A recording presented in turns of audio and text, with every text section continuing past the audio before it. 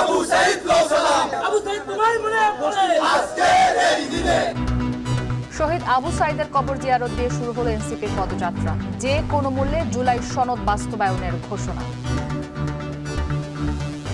যদি সরকার বা অন্য কেউ মনে করে থাকে যারা রাজপথে নেমে এসেছিল তারা ঘরে ফিরে গিয়েছে, তাহলে আপনারা ভুল ভাবছেন। জুলাই ঘোষণাপত্র এবং জুলাই সনদ সেটি আমরা আদায় করে ছাড়বো ইনশাআল্লাহ।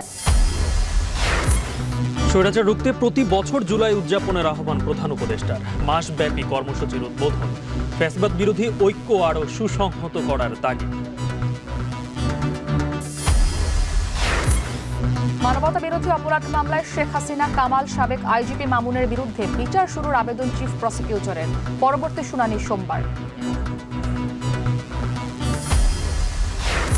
জ্বালানি মজুদের সক্ষমতা বাড়াতে নজর নেই বিপিসির। ঝুলে রয়েছে ইস্টার্ন রিফাইনারির দ্বিতীয় ইউনিট, বিদেশি অংশীদার পাওয়ার দাবি। এবং থাইল্যান্ডের প্রধানমন্ত্রীকে বরখাস্ত সাংবিধানিক আদালতের। সীমান্ত বিরোধ নিয়ে কম্বোডিয়ার প্রেসিডেন্টের সঙ্গে ফোনালাপ ফাঁসের জের।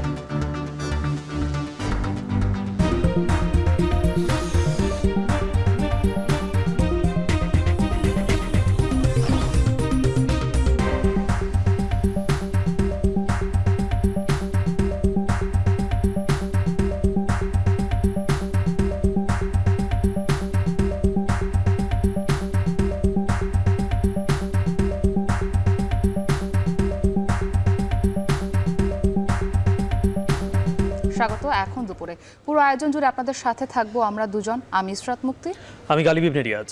স্বৈরাচার পতনে বিশ্ববিদ্যালয় শিক্ষার্থী আবু সাইদের মৃত্যু প্রভাবকের ভূমিকা পালন করেছে বলে মন্তব্য করেছেন এনসিপির আহ্বায়ক নাহিদ ইসলাম।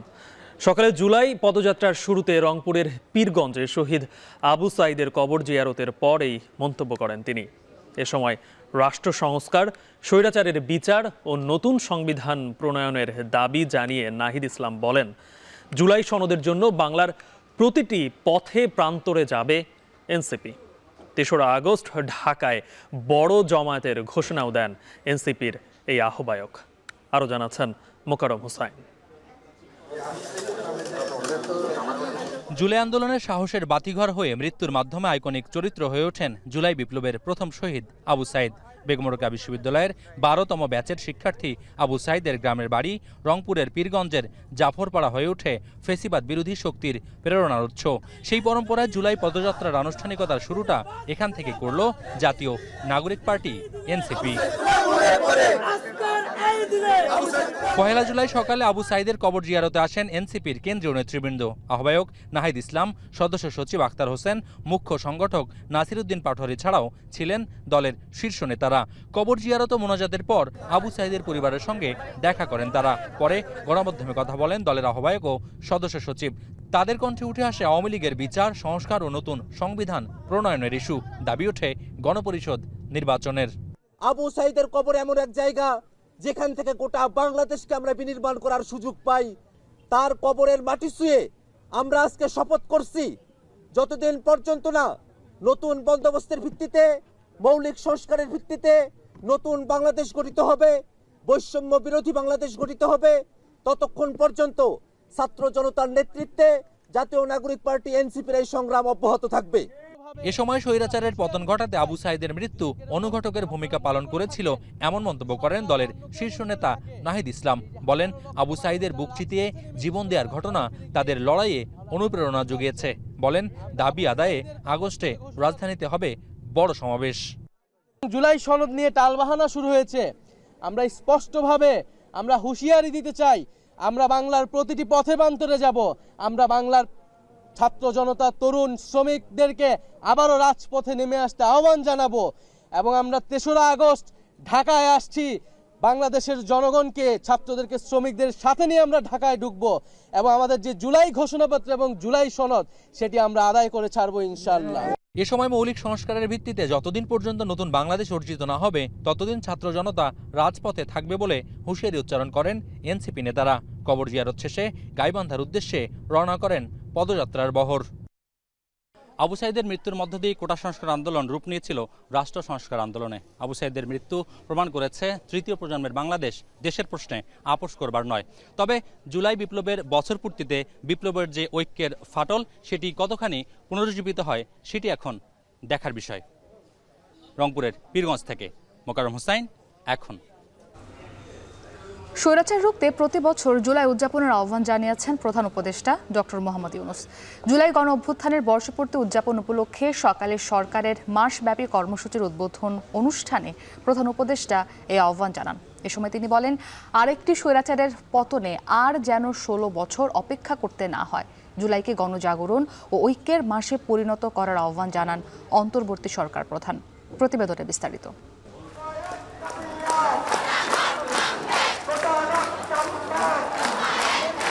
শেখ হাসিনার দীর্ঘ স্বৈর শাসন উৎখাতের শুরুটা হয়েছিল 24 জুলাইয়ে।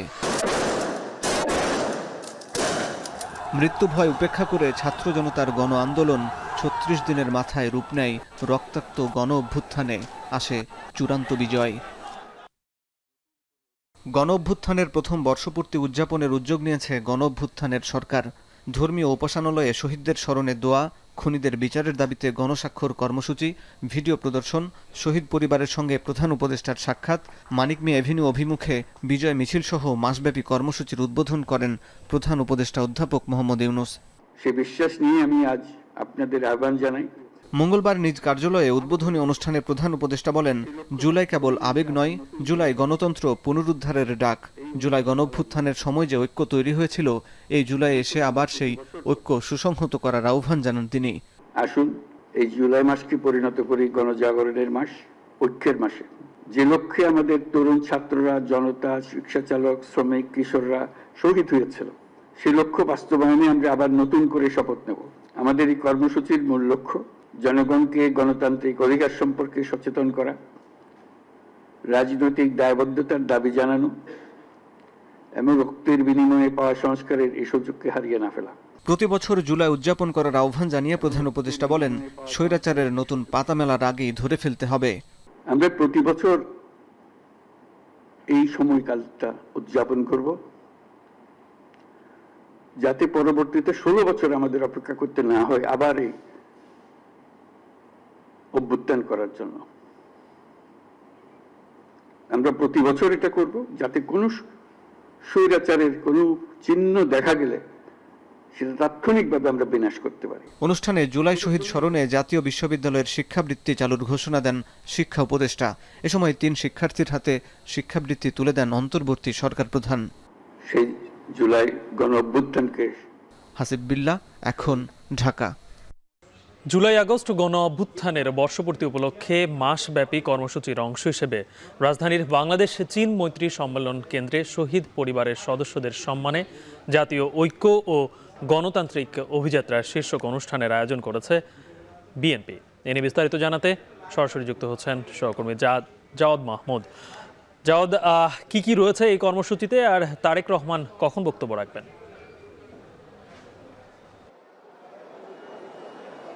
গালিব, মাসব্যাপী মূলত এই যে জুলাই অভ্যুত্থানের যে বর্ষপূর্তি হচ্ছে সেটি নিয়ে বিএনপি কর্মসূচি ঘোষণা করেছেন এবং আজকে জুলাইয়ের প্রথম দিন।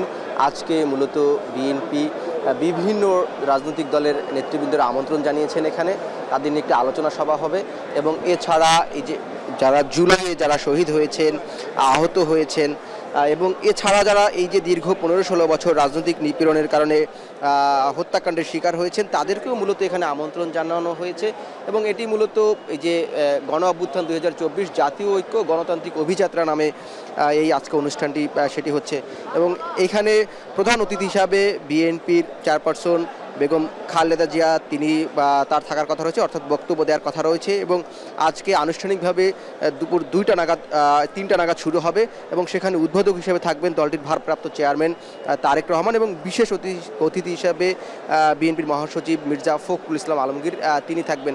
আমরা এখানে এসে যেটি দেখছি যে শহীদ পরিবার এবং যারা আহত পরিবার তারা ইতিমধ্যেই এখানে অনেকেই চলে এসেছেন এবং বিএনপির কেন্দ্রীয় নেতারা এখানে থাকবেন, তারা বক্তব্য রাখবেন। বিএনপির একাধিক কেন্দ্রীয় নেতারা আমরা দেখেছি খালেদা এখানে এসেছে এবং আজকে যারা এই আয়োজনটি করেছে বিএনপি এবং আয়োজকদের সাথে কথা বলেছে, বিএনপির কয়েকজন নেতার সাথে আমরা কথা বলেছি, তারা যেটি বলছেন যে আগামী দিনে যে বাংলাদেশ নতুন বাংলাদেশ বিনির্মাণের কথা হচ্ছে সেটি আসলে মূলত এই তাদের জাতীয়তাবাদী দল বিএনপি ধারণ করেন এবং ধারণ করার লক্ষ্যেই মূলত এই যে মাসব্যাপী তারা কর্মসূচি ঘোষণা করেছে এবং আজকে প্রথম দিনেই যারা শহীদ পরিবার তাদেরকে সম্মাননাও দেওয়া হবে আজকের এই অনুষ্ঠান থেকে এবং সেটি বিএনপি বোঝাতে চাচ্ছে এবং বিএনপি তার যে দৃষ্টান্ত বা প্রমাণ হিসেবে তারা বলছেন এই যে বাংলাদেশ চীনমৈত্রী সম্মেলনে তারা এই আয়োজনটি করেছে। একদম সন্ধ্যা নাগাদে মূলত এটি চলবে এবং আলোচনাও হবে জুলাই নিয়ে এবং বাংলাদেশের এই যে গণতান্ত্রিক যাত্রার জন্য দীর্ঘদিন লড়াই সংগ্রাম ছিল সেই বিষয়গুলো বিভিন্ন দলের যে জাতীয় নেতারা রয়েছেন তারা যেহেতু বলবেন, বিএনপির কেন্দ্রীয় নেতারা বলবেন, সেটিও মূলত এই আলোচনার মধ্য দিয়ে উঠে আসবে এবং এর ধারাবাহিকতায় যেটি বলছিলাম যে সবার এখানে একটি নজর যেটি রয়েছে যে যেহেতু বেগম খালেদা জিয়া এখানে বক্তব্য রাখবেন, তিনি কি বলেন সেটি নিয়ে আসলে এখানে যারা নেতাকর্মী তাদের মধ্যে এক ধরনের উচ্ছ্বাস বা তাদের আগ্রহ দেখা গিয়েছে এবং আমি একাধিক শহীদ পরিবারের সাথে কথা বলেছি, তাদের একটি আগ্রহ রয়েছে বেগম খালেদা জিয়ার বক্তব্যকে ঘিরে। এখন পর্যন্ত এই ছিল চীনমৈত্রী সম্মেলন, কিন্তু আমার কাছ থেকে সব শেষ। জুলাই নিয়ে বিএনপির মাসব্যাপী কর্মসূচির খবর জানাচ্ছিলেন সহকর্মী জাওয়াদ মাহমুদ। একটি দল আগামী নির্বাচনে ক্ষমতায় যাবে ধরে নিয়ে নিজেদের মতো করে সংস্কার চাচ্ছে বলে মন্তব্য করেছেন জামায়াত ইসলামের নায়েবে আমির ডক্টর সৈয়দ আব্দুল্লাহ মোহাম্মদ তাহের। দলটি প্রধানমন্ত্রী ও রাষ্ট্রপতির ক্ষমতার ভারসাম্য চায় না বলেও জানান তিনি। জামাতের ঢাকা মহানগরী দক্ষিণের উদ্যোগে জুলাই আগস্টের শহীদ আহত ও পঙ্গুদের জন্য দোয়া অনুষ্ঠানে যোগ দিয়ে তিনি একথা বলেন ওই দলটি পতিত শেখ হাসিনার পদ্ধতিতেই নির্বাচন চায়, যার মধ্য দিয়ে স্বৈরাচার হয়ে ওঠার সুযোগ থাকে। জনগণ মনে করে তারা স্বৈরাচারী হয়ে উঠতে পারে। এসব কারণেই সংস্কার ছাড়া জামায়াত ইসলামী নির্বাচন চায় না বলে জানান ডাক্তার তাহের। বাঙালি জাতিকে স্বল্প সময়ের জন্য দমিয়ে রাখা গেলেও স্থায়ীভাবে দমন করা যায় না। জুলাইয়ের আন্দোলন তার বড় প্রমাণ বলেও মন্তব্য করেন তিনি।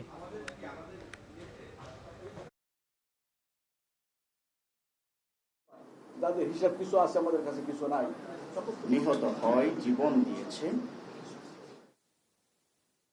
সফলতা কি এখন ব্যর্থ হয়ে গেছে? এই সফলতা তো আছে যে আমরা এখন মুক্ত আছি, আমরা স্বাধীন আছি। আমরা এটাকে যে দ্বিতীয় স্বাধীনতা বলছি, সেই স্বাধীনতা এখনো কেউ করে নিতে পারেনি। সুতরাং সবচেয়ে বড় সফলতা ছিল স্বৈরাচারকে বিতাড়িত করা, ফ্যাসিবাদকে বিতাড়িত করা, মানুষকে মুক্ত করা, দেশকে পুনর্বার স্বাধীন করা। সেটা অর্জনটাই হচ্ছে সবচেয়ে বড় সফলতা এবং এই সফলতা এখনো বহাল আছে। সুতরাং এটা ব্যর্থ হচ্ছে কথা বলার কোনো সুযোগ নেই। তারুণ্যের রক্তস্নাত জুলাই আন্দোলনের আহতরা বলছেন ১৬ বছরের স্বৈরাচারী শাসনের বিরুদ্ধে সম্মিলিত বিস্ফোরণ ছিল জুলাই। ঢাকা বিশ্ববিদ্যালয় থেকে এই আন্দোলন শুরু হলেও মুক্তিকামী মানুষ একে সামগ্রিক রূপ দিয়েছিল নিজেদের প্রয়োজনেই। জুলাইয়ের বর্ষপূর্তিতে গণমানুষের পর্যবেক্ষণ তারা যতটা চেয়েছিলেন ততটা হয়নি। বিশ্লেষকরা বলছেন গণমানুষের রক্তের দামে রচিত জুলাই ব্যর্থ হলে আবারও স্বৈরাচার নেমে আসতে পারে এই ভূখণ্ডে। আজহার লিমনের প্রতিবেদন দেখুন, ছবি তুলেছেন মিরাজুল ইসলাম। স্বৈরাচার পালিয়ে যাবার খবরে জনতার বাঁধ ভাঙা উচ্ছ্বাস। তবে অধীর অপেক্ষার এই মুহূর্তে পৌঁছার অভিযাত্রা সহজ ছিল না।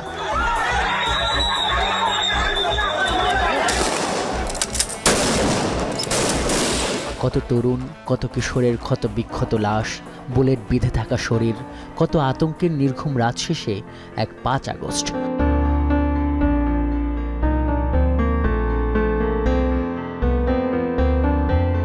ছত্রিশ জুলাই খ্যাত এই দিনটিকে আশি করছিল জুলাইয়ের শুরু থেকেই। শহরের দেয়ালে দেয়ালে বিপ্লবীদের ফেলে যাওয়া স্মৃতিতে যে তারিখ চিহ্নিত এক বিরাট পরিসমাপ্তির শুরু নামেই।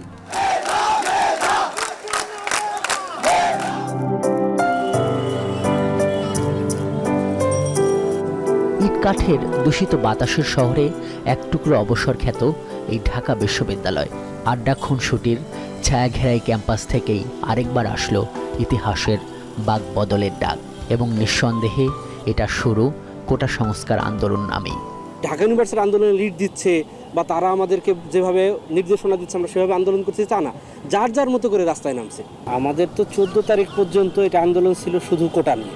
তো আমরা 14 তারিখের পরে যখন আমাদেরকে রাজাকার ট্যাগ দিল, রাজাকার ট্যাগ দেওয়ার পরে আমাদের মধ্যে একটা ক্ষোভ তৈরি হলো যে আমরা কেন রাজাকার এখানে, আমরা তো যৌক্তিক আন্দোলন করছি। সত্যি কথা বলতে যে 15ই জুলাই তো আসলে আমরা আসলে এগুলো ভাবি নাই যে আমাদেরকে বাইরে থেকে মানুষ এনে আমাদের আহত করা হবে, আমাদের ভাই বোনেরা আমাদেরকে মারবে। তখন আমাদের মধ্যে একটা জিনিস ছিল যে লাশ যখন পড়ছে, আমাদের ভাই যখন মারাই গেছে, আমাদের ভাইরা যখন মারা গেছে, তখন তো এই আন্দোলন আসলে কোটা বিরোধী আন্দোলন আর থাকে না। যারা শহীদ হয়েছেন তাদেরকে কোটা বিরোধী আন্দোলনের জন্য শহীদ হয়েছেন বললে আমার মনে হয় শহীদদের অপমান করা হয়। শহীদরা আসলে যে কজের জন্য, যে নতুন বাংলাদেশের জন্য শহীদ হয়েছেন, এটা বলা বেশি বেটার। মূলত এই জুলাই অভ্যুত্থান বিপুল আকাঙ্ক্ষার জন্ম দিয়েছে জনতার মনে। তারা এখন এই রাষ্ট্রের আমূল পরিবর্তন চায়।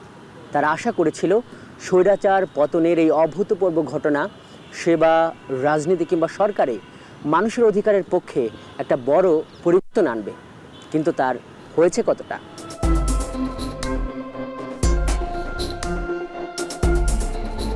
আমি এখনো দেখাইতে পারি না, আমি শেষমেশ আসেই বললাম আমার দুনিয়ার পেটে ব্যথা, 7 মাসের গর্ভবতী আমি। চলমান সরকার এটাকে নতুন বাংলাদেশ বলতেছে, কিন্তু আমি নাগরিক হিসাবে বলবো যে খুব বেশি প্রাপ্তি আমাদের নাই। সব খাতে পরিবর্তন আসে নাই, কিছু কিছু খাতে পরিবর্তন আসছে। এখনও সেই পাওয়ার নিয়ে যে মারামারি সেটা রয়ে গেছে। নতুন করে যে চাঁদাবাজির যে জায়গাটা শূন্যতা তৈরি হয়েছিল সেটা আবার পরিপূর্ণ হয়ে যাচ্ছে। শুরুতে যতটা চিন্তা করেছিলাম যে অনেক বড় চেঞ্জ আসবে, তখন আন্দোলন শেষ হওয়ার পর আস্তে আস্তে তো দেখা যাচ্ছে যে এখন বিভিন্ন দল এর মধ্যে মতবিভেদ চলছে। একটা আশা তৈরি হয়েছিল, কিন্তু সে আশা পর্যন্ত হয়তো লোককে মানুষ বুঝতে পারেনি। আগে যেমন একটা মানুষ আতঙ্কের ভিতর থাকতো যে কোন সময় কি করে, কাক মারে কাক ধরে, এরকম ভয় নেই। আন্তর্জাতিক আদালতে এবং বিভিন্ন থানায় আমরা কেস দিলাম, এটার এখন শুধু তদন্ত হইতেছে, তদন্ত 1 বছরই তদন্ত, কোনো কিছু রেজাল্ট এখনো পাচ্ছি না। আমি মোহাম্মদ ইউনুস।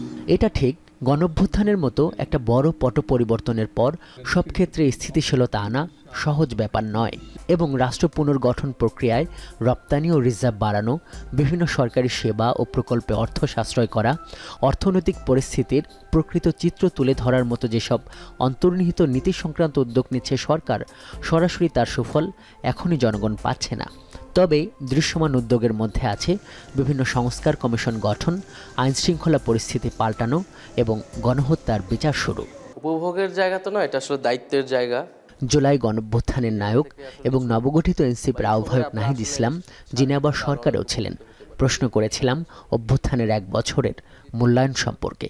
বাস্তবতা ভিন্ন। একটা গণঅভ্যুত্থানের পরে 15-16 বছরের সব ময়লা সাফ করার দায়িত্ব একটা সরকারের 1 বছরের মধ্যে। তারপরেও তার রাজনৈতিক সমর্থন আসলে সেই অর্থে দলের সমর্থন নাই, একেবারে সাধারণ মানুষের সমর্থনে আছে। ফলে কিন্তু আমরা তো গণঅভ্যুত্থানের আকাঙ্ক্ষা প্রত্যাশা আমাদেরও তো ছিল, সেটা সরকার বাস্তবায়ন জায়গা থেকে অনেক জায়গায় অপ্রাপ্তি রয়েছে বলে তো এটা আমরা স্বীকার করবো অবশ্যই। বাস্তবতা হলো গণঅভ্যুত্থানের পর গেল 1 বছর ধরে পতিত সরকারের বিরুদ্ধে অবস্থান করা রাজনৈতিক শক্তিগুলোর মধ্যে দূরত্ব বেড়েই চলেছে, এবং এ কারণে শঙ্কাও তৈরি হয়েছে কাঙ্ক্ষিত সংস্কার এবং নির্বাচন নিয়েও। এই বিশ্লেষককে প্রশ্ন করেছিলাম, তাহলে ভবিষ্যৎ কি?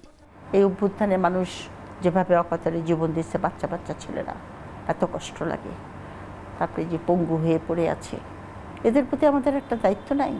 আমাদের দেশের লোকরা আসলে খুব, যারা এলিট, ভীষণ স্বার্থপর আর ভীষণ দেশপ্রেমের অভাব। এবার প্রতারিত হলে পরে বাংলাদেশে হয় একটা খুব রক্তক্ষয়ী কিছু হবে, অথবা এটা বহুদিনের জন্য পোস্টপোন্ড হয়ে যাবে। কারণ মানুষ রাস্তায় নামতে চাইবে না তো, কেন আমি মারা যাব, কিসের জন্য? ওই স্পিরিটটা তো চলে যাবে মানুষের। এই রাজনীতি বিশ্লেষক বলছেন, জুলাই অভ্যুত্থানের দায়মুক্তি ও চেতনা সংবিধানে সংস্থাপন করতে না পারলে ব্যর্থ হবে গণমানুষের ত্যাগ। তিনি এও বলছেন, সংস্কার ও রাষ্ট্রের মূল কাঠামোতে এখনও জুলাই অভ্যুত্থানকে অন্তর্ভুক্ত করতে না পারায় নিরাপত্তা শঙ্কা থেকেই যাচ্ছে এই অভ্যুত্থানে অংশ নেয়া সব শ্রেণীর মানুষের। আজহার লিমন, এখন, ঢাকা।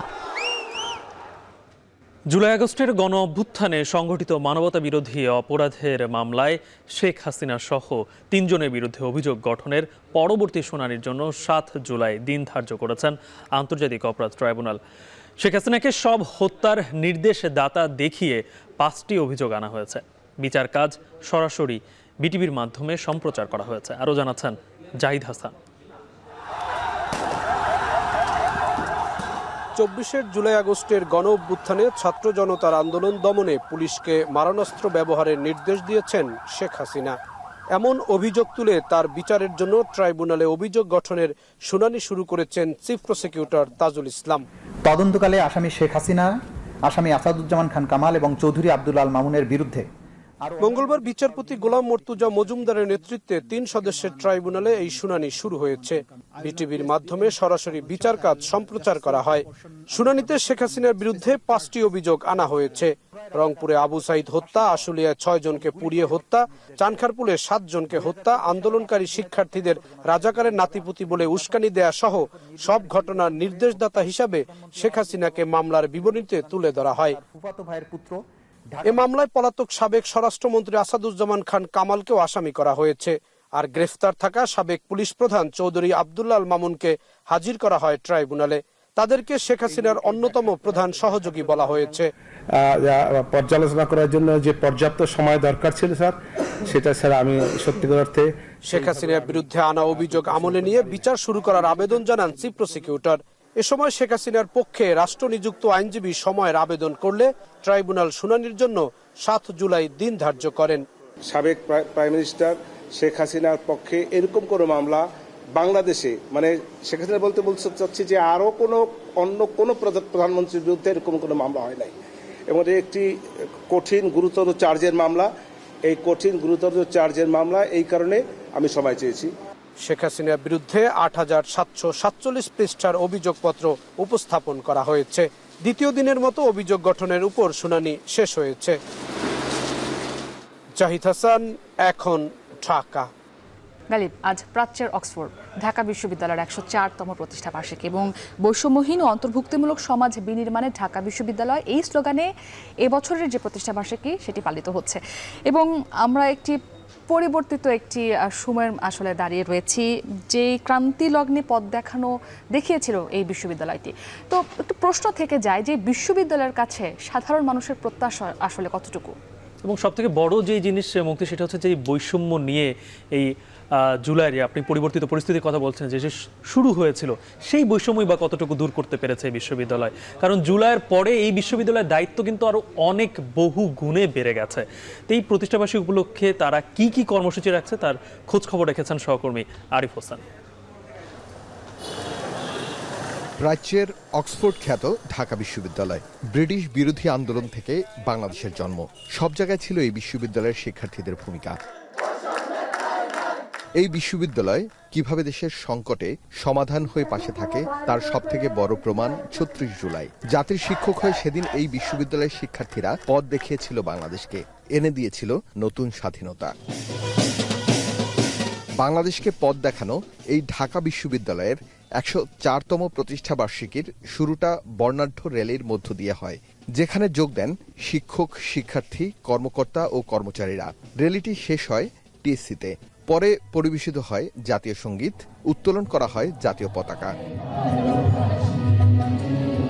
কি প্রত্যাশা সাধারণ শিক্ষার্থীদের? মানে গুণে এই বিশ্ববিদ্যালয় ছাড়াবে সবাইকে, আশা শিক্ষকদের। যত প্রকার অন্যায় হোক না কেন, ঢাকা বিশ্ববিদ্যালয় সবসময় তার অবস্থানটা শক্ত রাখবে এবং প্রতিবারই এটা লিড হিসেবে থাকবে, এটা আমি আশা করছি। জুলাইয়ের পরে এখন অনেকটুকুই ফেসিবাদ মুক্ত এবং অপারেশন মুক্ত আমরা একটা ইউনিভার্সিটি পেয়েছি। শিক্ষার মান শুধু না, মানে মেধার জন্য মূল্যায়ন হয়। হ্যাঁ, আমরা যেন মেধাবীদেরকে রেসপেক্ট করতে পারি এবং আরো মেধাবী করে তুলতে পারি, তাহলে মেধাবী করলে র্যাঙ্কিংয়েও আমরা এগিয়ে যাব। আমাদের যে বিপুল সংখ্যক কাজ আছে সেটাকে আইডেন্টিফাই করার মতো সোর্স তৈরি করে দিতে পারি, যেটা অনলাইনে আইডেন্টিফাই করা যায়, তাহলে কিন্তু র্যাঙ্কিংয়ে একটা বড় জাম্প হতে পারে। জুলাই আন্দোলনের পর এই শিক্ষা প্রতিষ্ঠানের দায়িত্ব বেড়েছে বলে জানায় উপাচার্য। আমরা সবাই মিলে এই নতুন বাংলাদেশের একটি সম্ভাবনা যে তৈরি হয়েছে, সেই সম্ভাবনাকে যেন আমরা পূর্ণ কাজে লাগাতে পারি। সারা জাতিকে সাথে নিয়ে আমরা এই উদ্যম বজিয়ে রাখতে চাই এবং এই উদ্যোগে আপনাদেরকে পাশে পেতে চাই। পরে আলোচনা সভায় যোগ দিয়ে বিশ্ববিদ্যালয় মঞ্জুরি কমিশনের চেয়ারম্যান তাগিদ দেন শিক্ষকদের সাথে শিক্ষার্থীদের দূরত্ব কমানোর। শিক্ষক ও শিক্ষার্থী উভয়ের মধ্যে একটি আন্তরিক ও মুক্ত সম্পর্ক গড়ে তোলার মাধ্যমে এই পরিবেশ নিশ্চিত করা সম্ভব। আমি সবসময় বিশ্বাস করি যে শিক্ষকতার সবচেয়ে সুন্দর দিক হচ্ছে the most beautiful part of teaching is respecting the sentiment of the students. বৈষম্য দূর করে এই বিশ্ববিদ্যালয় আবারও সব সংকটে দেশের মানুষের পাশে থাকবে এমন প্রত্যাশা সবার। আরিফ হোসেন, এখন, ঢাকা। শেখ হাসিনার বিচার, জুলাই সনদ ও ঘোষণাপত্র এবং ফ্যাসিবাদ মুক্ত গণমাধ্যমের দাবিতে মার্চ ফর জুলাই রিভাইজড নামে পদযাত্রা কর্মসূচি পালন করেছে জুলাই ঐক্য। জাতীয় প্রেসক্লাব থেকে শুরু হয়ে পদযাত্রাটি শেষ হয় শাহবাগে। এ সময় সংগঠকরা জুলাই বিপ্লবের সাংবিধানিক স্বীকৃতি দাবি করেন। বলেন, অন্তর্বর্তী সরকার জুলাই ঐক্য ধরে রাখতে পারেনি। এ সময় জুলাই গণ অভ্যুত্থান স্মরণে ৩৬ দিনের কর্মসূচি ঘোষণা করে সংগঠনটি। জুলাই আন্দোলনের সব দল গোষ্ঠীকে নিয়ে গণসংযোগ, শহীদদের স্মরণে দোয়া মাহফিল ও কবর জিয়ারত, আহত ও শহীদ পরিবারের সদস্যদের সঙ্গে সাক্ষাৎ, মিছিল, গণসমাবেশ ও জুলাই আন্দোলন নিয়ে তথ্যচিত্র প্রকাশ সহ নানা কর্মসূচি রয়েছে। আপনাদের 24 আগস্ট বলা হয়েছিল এক দফা ঘোষণাপত্র দেওয়ার জন্য, আপনারা সেদিন ঘোষণাপত্র দেন নাই। সেদিন ঘোষণাপত্র দিলে আজকে সরকারের পরিণতি হতো না, ঘোষণাপত্রের জন্য আমাদের রাস্তায় নামতে হতো না।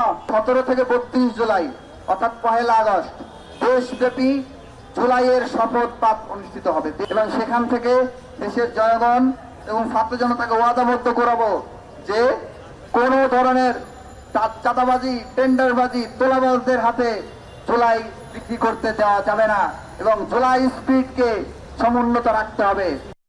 জ্বালানি তেলের জন্য বাংলাদেশ পুরোপুরি আমদানি নির্ভর। বিশ্বের অধিকাংশ দেশ জ্বালানি নিরাপত্তা নিশ্চিতে মজুদের সক্ষমতা বাড়ালেও নজর নেই বাংলাদেশের। ফলে মধ্যপ্রাচ্যে যুদ্ধ বাধলেই জ্বালানি নিয়ে তৈরি হয় উদ্বেগ। মজুদের সক্ষমতা বাড়াতে এক যুগ আগে ইস্টার্ন রিফাইনারি দ্বিতীয় ইউনিট নির্মাণের উদ্যোগ নেওয়া হলেও ঝুলে রয়েছে প্রকল্পটি। যদিও বিপিসির চেয়ারম্যান বলছে $3.5 বিলিয়ন প্রকল্পটি বাস্তবায়নে পাওয়া গেছে বিদেশি অংশীদার। আরও জানাচ্ছেন হাজিরা শিউলি। বাংলাদেশ পেট্রোলিয়াম কর্পোরেশনের হিসেবে দেশে জ্বালানি তেলের চাহিদা বছরে প্রায় 65 লাখ মেট্রিক টন। একমাত্র সরকারি তেল শোধনাগার ইস্টার্ন রিফাইনারি তেল আমদানি করে পরিশোধন করতে পারে মাত্র 15 লাখ টন। বাকিটা পরিশোধিত তেল আমদানি করতে হয় বিপিসিকে। জ্বালানি তেলের চাহিদা বাড়লেও 1968 সালে প্রতিষ্ঠার পর দীর্ঘ 57 বছরেও ইআরএল এর সক্ষমতা বাড়ানো হয়নি। উৎপাদন বাড়াতে 2012 সালে সরকার ইস্টার্ন রিফাইনারির ইউনিট 2 করার উদ্যোগ নিলেও 1 দশক ধরে ঝুলে রয়েছে প্রকল্পটি। 2015 সালে প্রথম ইউনিটের নির্মাতা প্রতিষ্ঠান ফ্রান্সের কোম্পানি টেকনিপের সঙ্গে সমঝোতা স্মারক সই করে বিপিসি। ওই বছরেই ফরাসি কোম্পানিটি কারিগরি ও আর্থিক প্রস্তাবনা জমা দিলেও আমলাতান্ত্রিক জটিলতা ও বারবার সিদ্ধান্ত পরিবর্তনে আলোর মুখ দেখেনি প্রকল্পটি। অথচ প্রকল্পটি বাস্তবায়ন হলে ইআরএল এর বার্ষিক উৎপাদন ক্ষমতা 3 গুণ বেড়ে 45 লাখ মেট্রিক টন হতো। মজুদের সক্ষমতা কম থাকায় বিশ্ব বাজারে জ্বালানি তেলের মূল্য বাড়লে বা মধ্যপ্রাচ্যে যুদ্ধ বাধলে জ্বালানি তেল নিয়ে উদ্বেগ বাড়ে। এর মধ্যে সৌদি আরব ও কাতারের জ্বালানি খাতের বিভিন্ন প্রতিষ্ঠান এ বিষয়ে আগ্রহ দেখালেও 2024 সালের জুলাইয়ে বিতর্কিত প্রতিষ্ঠান এস আলম গ্রুপের অর্থায়নে প্রকল্পটি করার সিদ্ধান্ত নেয় আওয়ামী লীগ সরকার। যদিও সরকার পতনের পর প্রকল্পটি স্থগিত হলেও অন্তর্বর্তী সরকার আসার পর বিপিসি নতুন করে প্রকল্পটি সচল করে। যদিও গত 1 দশকে প্রকল্প ব্যয় 3 গুণ বেড়ে হয়েছে প্রায় 36,500 কোটি টাকা। বিশেষজ্ঞরা বলছেন দ্বিতীয় ইউনিট থাকলে কম দামে অপরিশোধিত জ্বালানি তেল আমদানি করে পরিশোধন করতে পারত ইস্টার্ন রিফাইনারি। এতে সাশ্রয়ী দামে জ্বালানি তেল কিনতে পারত মানুষ। রিফাইন অয়েল আমদানি করলে প্রচুর পরিমাণে ব্যয় বেড়ে যায়। তো রিফাইন অয়েল আমদানি করলে লাভ হয় কন্ট্রাক্টরদের। সরকারের মধ্যে একটা ক্রিয়াশীল শক্তি, একটা গোষ্ঠী, তারা লাভবান হয়। পলিটিক্যাল আমলা এরা সব নানাভাবে লাভবান হয়, যে কারণে সেই অবস্থাটা ভেঙে এরকম একটা অবস্থা তৈরি করার দিকে অনীহা ছিল। যদিও বিপিসি চেয়ারম্যান বলছেন প্রকল্পের নকশা ও জমি সবকিছু প্রস্তুত থাকলেও $3.5 বিলিয়ন এই প্রকল্প বিপিসির একার করা সম্ভব নয়। প্রকল্পের অর্থায়নে বিনিয়োগ অংশীদার পাওয়া গেছে, খুব দ্রুতই তা চূড়ান্ত হবে। যদিও বিদেশি বা বেসরকারি খাতে না দিয়ে সরকারি অর্থায়নে জ্বালানি খাতের প্রকল্প বাস্তবায়নের পরামর্শ বিশেষজ্ঞের। $3.5 বিলিয়ন যে প্রকল্পকে লক করা বা এটাকে ফিক্স করে ফেলা কিন্তু আসলে চট করে হয়ে যায় না। এটার জন্য অনেক এফোর্ট লাগে এবং একটু সময়ও লাগে, বাট আমরা খুবই আশাবাদী within a very short span of time maybe আমরা এটাকে এর মধ্যেই করে ফেলতে পারবো। প্রতিযোগিতাবিহীন বিনিয়োগ আহ্বান করা আর এইরকম ভাবে সকল প্রতিযোগিতা আহ্বান করে আপনি বিনিয়োগকারী সিলেকশন করা, আলটিমেটলি লক্ষ্য উদ্দেশ্য একই থাকলে এই প্রতিযোগিতা আসলে লোক দেখানো, লোক ঠকানো। ERL-2 হবে অত্যাধুনিক প্রযুক্তির, ইউরো 5 স্ট্যান্ডার্ড হওয়ায় এতে পরিশোধিত তেলের মান হবে অনেক ভালো, পরিবেশ বান্ধব ও টেকসই। এখন আমরা যে তেলটা আনি সেটা আমাদের স্পেসিফিকেশনে থাকে যে 50 ppm সালফার কন্টেন্ট থাকতে পারবে সর্বোচ্চ। আমরা যেটা করব সেখানে লেস দেন 10 ppm সালফার থাকবে, মানে এটা খুবই ভালো এবং আমাদের পরিবেশের জন্য ভালো হবে, আমাদের দেশে যে গাড়িগুলো চলাচল করে সেটার জন্য টেকসই হবে, ভালো হবে। ERL-2 হলে তেল আমদানির খরচ কমার পাশাপাশি বৈদেশিক মুদ্রার সাশ্রয় হবে। সেই সঙ্গে পেট্রোলিয়াম পণ্য যেমন gasoline, jet fuel, diesel, furnace oil ও বিটুমিনের উৎপাদন বাড়বে। ইস্টার্ন রিফাইনারির 57 বছরের ইতিহাসে চলতি অর্থ বছরে রেকর্ড সর্বোচ্চ 15,30,000 মেট্রিক টন তেল পরিশোধন করেছে। হাজারের শিউলি, এখন চট্টগ্রাম। যশোরে নির্মাণাধীন বহুতল ভবনের ছাদ ধসে 2 ইঞ্জিনিয়ার সহ 3 জন নিহত হয়েছেন। বেলা 11টার দিকে শহরের সার্কিট হাউস পাড়ায় এই দুর্ঘটনা ঘটে। কারণ অনুসন্ধানে তদন্ত শুরু করেছে পুলিশ। 2010 সাল থেকে শুরু হয় ভবনটির নির্মাণ কাজ। দীর্ঘ 15 বছর ধরে থেমে থেমে ভবনটি নির্মাণ করছিল একটি বেসরকারি আবাসন প্রতিষ্ঠান। প্রতিবেদনে বিস্তারিত। যশোরের সার্কিট হাউস পাড়া নির্মাণাধীন 8 তলা একটি ভবনে অন্যান্য দিনের মতোই সকালে কাজ শুরু করেন শ্রমিক ও প্রকৌশলীরা। বেলা 12টার দিকে ধসে পড়ে ভবনের 5 তলা অংশের ছাদ। এ সময় চাপা পড়ে 2 ইঞ্জিনিয়ার আজিজুর রহমান ও মিজানুর রহমান এবং সাব কন্ট্রাক্টর নুরু। গুরুতর আহত অবস্থায় তাদেরকে উদ্ধার করে জেলা সদর হাসপাতালে নিয়ে যায় স্থানীয়রা। পরে কর্তব্যরত চিকিৎসক তাদের 3 জনকেই মৃত ঘোষণা করেন। জানায় মাথায় অতিরিক্ত রক্তক্ষরণের কারণেই তাদের মৃত্যু হয়েছে। রোগীকে আমরা পাই যে মাথায় প্রচণ্ড রক্তক্ষরণ হয়েছে, যার ফলে 3 জনকেই আমরা মৃত অবস্থায় হাসপাতালে পাই। স্থানীয়রা অভিযোগ করে বলেন, ভবন নির্মাণে মানা হয়নি বিল্ডিং কোড, যে কারণে ভবনটির আশপাশ দিয়ে আতঙ্ক নিয়ে চলাচল করতে হতো পথচারীদের। আনিস উদ্দিন ইকবাল রাফু, তার নিজস্ব বাড়ি ছিল। বাচ্চারে কলেজে দিয়ে এসে বাসায় আসছি, হুড়মার শব্দ হয়েছে, বের হয়ে দেখি 3 জনই নিচেই। আমরা খুব দ্রুত হাসপাতালে ওঠানোর জন্য আশপাশে যা রিক্সা, ইজি বাইক যা আছে ডাকছি। দুর্ঘটনার স্থল পরিদর্শন করেছে পুলিশ। নিয়ম মেনে ভবন নির্মাণ করা হচ্ছিল কিনা সে বিষয়ে তদন্ত করে ব্যবস্থা নেওয়া হবে বলেও জানান তারা। তদন্ত চলমান, যেহেতু কাহিনীটা আধা ঘন্টা আগে ঘটছে। এখানে বিস্তারিত জানতে পারছেন আপনারা, এখানে যে বিল্ডিংয়ের মালিক ইকবাল মঞ্জিলের মালিক, তার ছেলে রাহাতের বিল্ডিংয়ের নির্মাণাধীন 7 তলা বিল্ডিং। এই বিল্ডিংয়ের প্রজেক্টে এই নির্মাণাধীন কাজ চলতেছিল। কাজ চলমান অবস্থা 7 তলা বিল্ডিংয়ের 6 তলা বিল্ডিং থেকে ওনারা বেলকনি ভেঙে পড়ে যায় এবং ঘটনাস্থলে স্পট ডেড। বর্তমান লাশ আমাদের মর্গে আছে। একটি বেসরকারি আবাসিক নির্মাণ প্রতিষ্ঠান 8 তলা ভবনটির নির্মাণের কাজ শুরু করে 2010 সালে। এখন যশোর। চট্টগ্রামে বেড়েছে ভাইরাস জ্বরে আক্রান্ত রোগীর সংখ্যা। হাসপাতালের বিভিন্ন ওয়ার্ডে এসব রোগীর পাশাপাশি যুক্ত হচ্ছে ম্যালেরিয়া রোগীও। অনেকের সিজনাল ফ্লু হলেও ডেঙ্গু, করোনা বা চিকুনগুনিয়া সন্দেহে বাড়ছে আতঙ্ক। বাড়তি রোগীর চাপে নাকাল চিকিৎসক ও নার্সরা। আরও জানাচ্ছেন ফয়সাল করিম। রাজধানীর পোশাক কারখানায় প্রহরীর কাজ করেন 60 বছর বয়সী মিজানুর রহমান। 8 দিন আগে জ্বর আর শরীর ব্যথা নিয়ে ফিরে আসেন ফেনীর পরশুরামে নিজ বাড়িতে। সেখানে চিকিৎসক দেখিয়ে জ্বর কমলেও জানতে পারেন ডেঙ্গুতে আক্রান্ত তিনি। স্থানীয়ভাবে চিকিৎসা নিলেও প্লাটিলেট কমতে শুরু করায় রোববার ছুটে আসেন চট্টগ্রাম মেডিকেলে। পরশুরামে পরীক্ষা নিরীক্ষা করছি, আমার ফেনী পাঠাইছে। ফেনীর থেকে আমার গতকালকে সিটাং পাঠাইছে। চিটাং এখনো পরীক্ষা নিরীক্ষা আমার ক্লিয়ার হয় নাই, এখন চলে। জ্বর, গা ব্যথা আর জ্বালা পোড়ার উপসর্গ নিয়ে তার মতো অনেক রোগী ভর্তি হচ্ছেন এই হাসপাতালে। মেডিসিন ওয়ার্ডে শয্যা ছাপিয়ে রোগীর চাপ এখন করিডোরেও। বছরের এই সময় একদিকে তীব্র গরম, সাথে বৃষ্টি ও নানা প্রাণঘাতী মশার উৎপাত, তাই নগর জুড়ে বেড়েছে জ্বর, কাশি আর গায়ে ব্যথার রোগী। এ সময় ডেঙ্গু, করোনা ও চিকুনগুনিয়ার প্রাদুর্ভাব থাকায় ভাইরাস জ্বর হলেও ছড়াচ্ছে বাড়তি আতঙ্ক। এখন জ্বর হচ্ছে, জ্বর হওয়ার পরে চিকুনগুনিয়া, ম্যালেরিয়া, মানুষ কোনটা এটা তারা জ্ঞান মধ্যে পড়ে গেছে, কোনটা কি নাকি চিকুনগুনিয়া হয়েছে নাকি ডেঙ্গু হয়েছে। হাসপাতালে যারা আসছেন তাদের অধিকাংশের জ্বরের কারণ ডেঙ্গু, করোনা নয়তো চিকুনগুনিয়া। তবে এই বছর হঠাৎ মাথাচাড়া দিচ্ছে ম্যালেরিয়াও। গোড়াগা আর গিরে গিরে গিরে গিরে ব্যথা ব্যথা গজ জ্বর।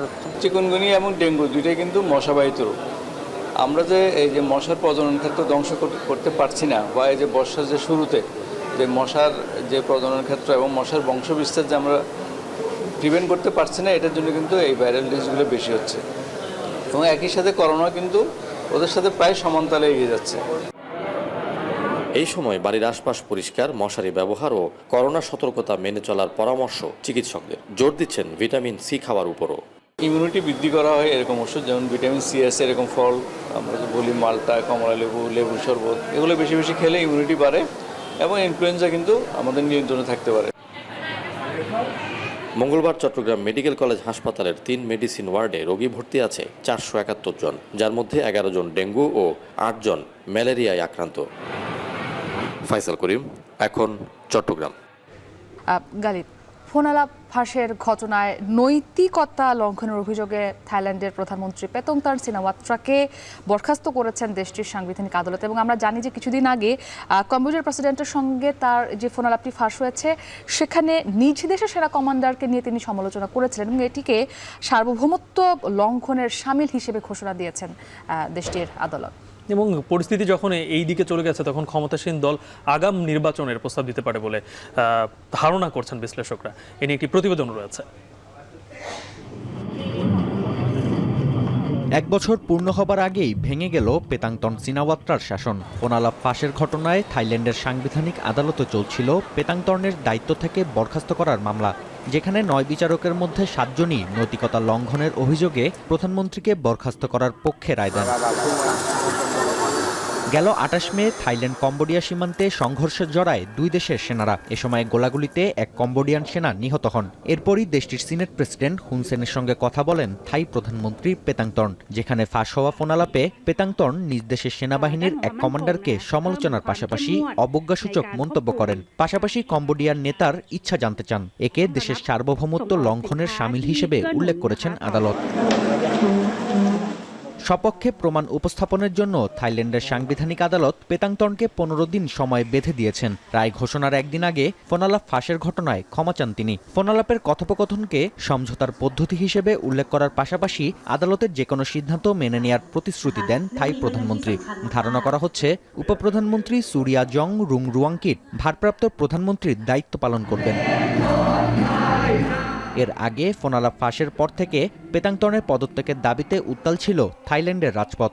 সপ্তাহখানেক আগে জোট সরকার থেকে বেরিয়ে যায় প্রধান শরিক দল। এছাড়াও পেতাংতনের বিরুদ্ধে চলছে দুর্নীতি দমন কমিশনের অনুসন্ধান। এমন পরিস্থিতিতে ক্ষমতাসীন দল বাধ্য হয়ে আগাম নির্বাচনের ডাক দিতে পারে বলে মনে করছেন বিশ্লেষকরা। মাত্র 10 মাস আগে প্রধানমন্ত্রী হিসেবে থাইল্যান্ডের দায়িত্ব নিয়েছিলেন পেতাংতন। সাবেক প্রধানমন্ত্রী শ্রেথা থাভিসিনকে সাংবিধানিক আদালত পদচ্যুত করার মাত্র 2 দিন পর গেল বছর আগস্টে দেশটির সর্বকনিষ্ঠ প্রধানমন্ত্রী হিসেবে দায়িত্ব গ্রহণ করেন তিনি। নাফি আরমান মনন, এখন বিশ্ব। শেষ করছে এখন দুপুর। তার আগে শিরোনামগুলো আরও একবার।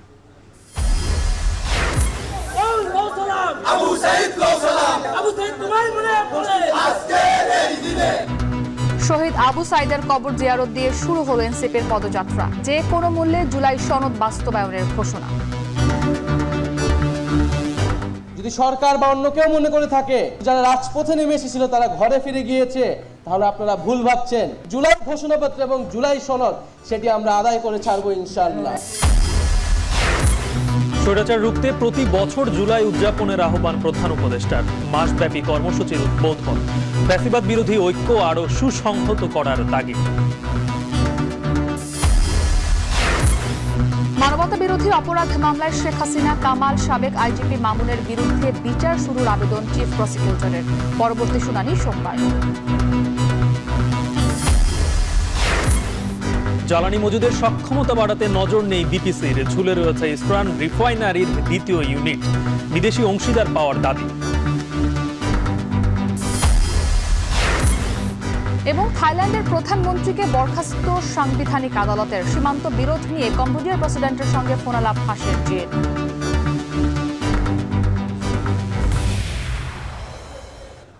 এই ছিল এখন দুপুরের আয়োজনে। এখন টেলিভিশন ওয়েবসাইটে দেখতে ভিজিট করুন এখন.tv। ফেসবুকে চোখ রাখুন facebook.com/tv.এখন, আর ইউটিউবে লাইভ দেখতে ভিজিট করুন youtube.com/c/এখন.tv।